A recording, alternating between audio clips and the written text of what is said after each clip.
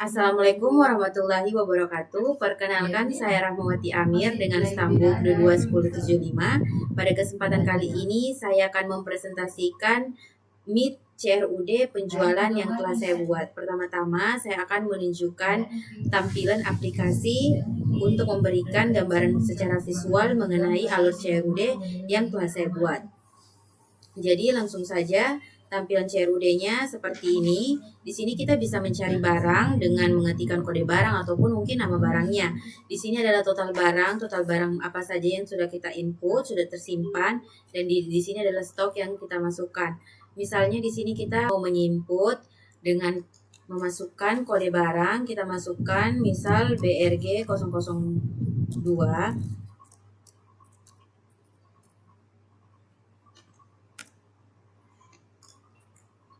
Terus nama barangnya kita masukkan misalnya pasta gigi. Kita masukkan jumlahnya 4 dengan harga kita masukkan 25.000. Kita kasih diskon 10%. Maka di sini langsung muncul total kotor dan total bersihnya. Langsung saja kita simpan dan yang tadi kita input sudah muncul di halaman depannya seperti ini. Nah, kalau misalnya ini mau diedit, kita tinggal klik titik 3 ini, kemudian edit, terus mengganti inputan apa saja yang ingin kita ganti. Misal kita ingin tambah jumlahnya jadi 5, terus kita langsung saja update.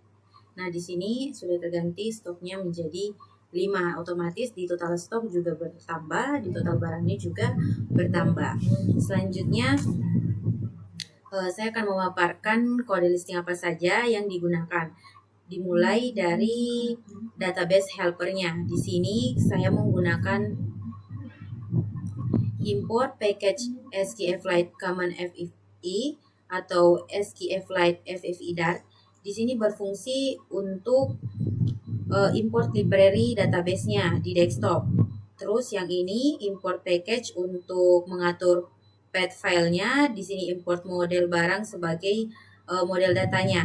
Di sini dia menggunakan kelas database helper, di mana yang berfungsi untuk membuat database helpernya sebagai singleton, yang artinya hanya ada satu instance yang digunakan. Terus di sini dia menggunakan future database yang mana berfungsi untuk memanggil initDB. Dia memanggil initDB jika databasenya belum diinisialisasikan. Terus selanjutnya kita masuk ke future database. Di sini di future database kita mencoba untuk menginisialisasikan, dimulai dari kita atur FFI-nya, kemudian menentukan path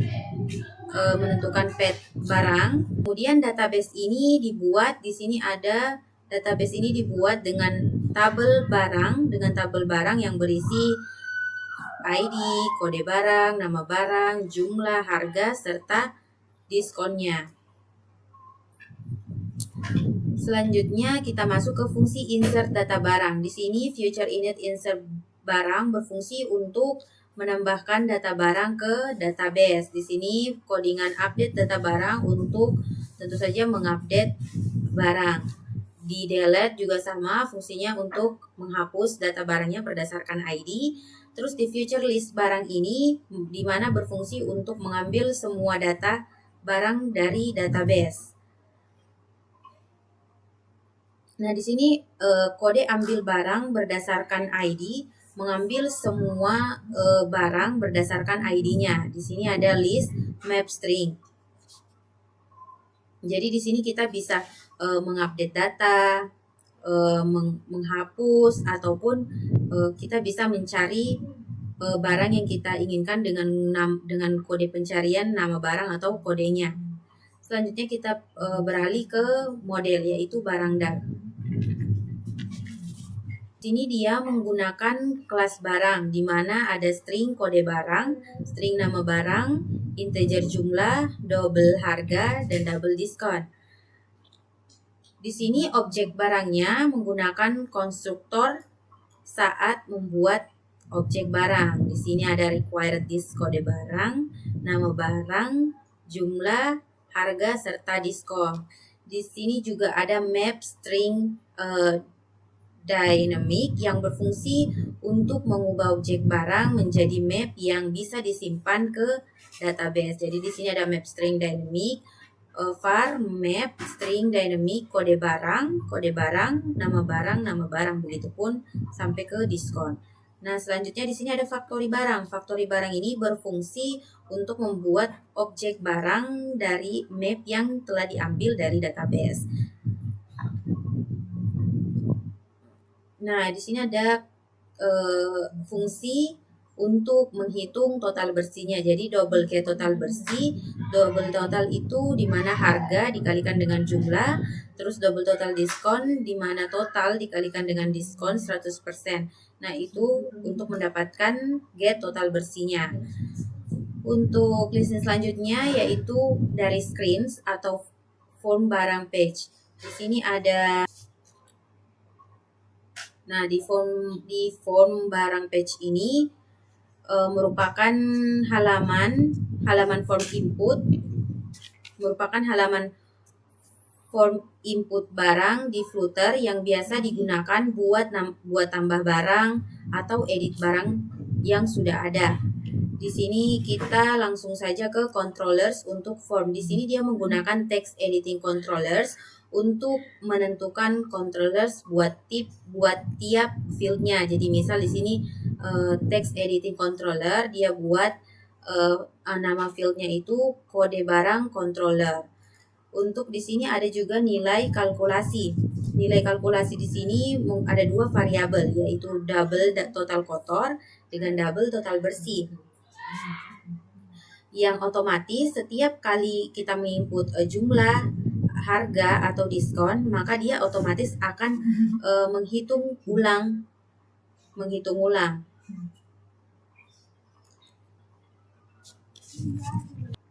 Lalu kita beralih lagi ke bagian akhirnya. Di sini dia gunakan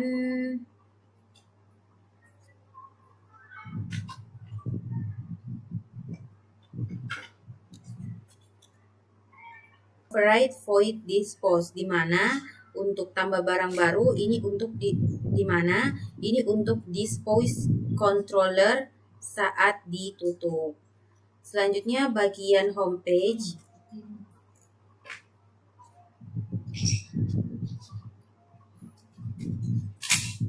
Di sini dia menggunakan import package Flutter, database, import model, dan import from barang.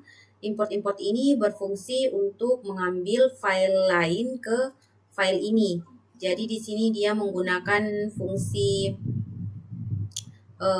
database yang berfungsi untuk mengakses database-nya, terus mengambil model data barangnya, serta membuat form inputnya. Di sini dia menggunakan variabel penting yaitu database helper untuk mengakses database. Terus di sini barang list ini untuk berfungsi agar menampilkan semua list barang, serta filter barang list, memfilter barang list sesuai dengan apa yang kita cari. Lanjut ke kode selanjutnya yaitu future void load barang, di mana berfungsi untuk semua data barang kita bisa ambil dari database lalu kita simpan ke barang list, kemudian kita masukkan ke filter list.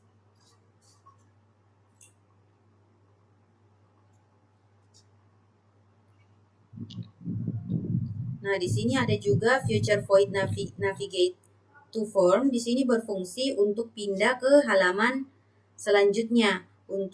Jadi di sini tuh kita bisa tambah, edit, serta menghapus. Di sini fungsi menghapusnya yaitu delete barang. Jadi kalau kita misalnya user mengklik hapus, maka otomatis itu akan terhapus.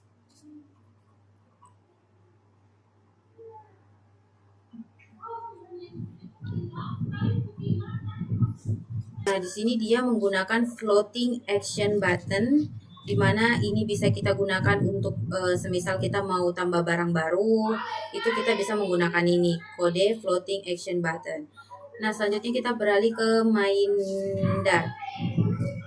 Jadi secara keseluruhan main Dart ini tuh berfungsi untuk komponen UI-nya, UI Flutter-nya, supaya database-nya tetap bisa jalan di desktop.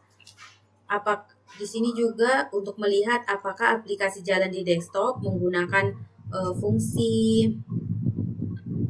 Nah, selanjutnya kita beralih ke main Dart. Di sini main Dart ini secara keseluruhan berfungsi untuk buat komponen UI Flutter-nya supaya database-nya bisa kita akses dan tetap jalan di desktop. Di sini kita menggunakan SQLite Infinite Database Factory. Jadi ini untuk memastikan agar Flutter bisa tetap jalan di desktop yang kita gunakan. Lanjut ke bagian widget test Dart.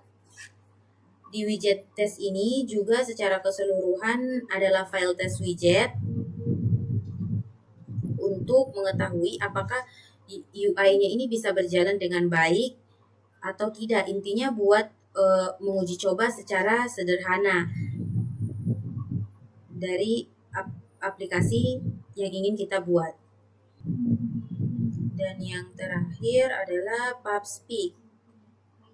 Jadi di PubSpeak ini secara keseluruhan berfungsi sebagai file konfigurasi utama di Flutter yang mengatur namanya, mengatur nama, versinya, environment SDK-nya berapa. Jadi semua informasi-informasi seperti itu kita simpan di PubSpeak. Jadi jika konfigurasinya ini tersusun secara benar, maka aplikasi ini juga bisa berjalan sesuai dengan kebutuhan aplikasi kita. Dan di sini juga ini berhubungan langsung atau terintegrasi dengan library seperti database SQLite. Jadi bisa kita simpulkan dengan aplikasi ini pengguna atau user dapat dengan mudah menambah, mengedit, menghapus, serta mencari data barang secara efisien. Mungkin itu saja yang bisa saya sampaikan pada presentasi CRUD penjualan kali ini. Terima kasih atas perhatian dan waktunya. Assalamualaikum warahmatullahi wabarakatuh.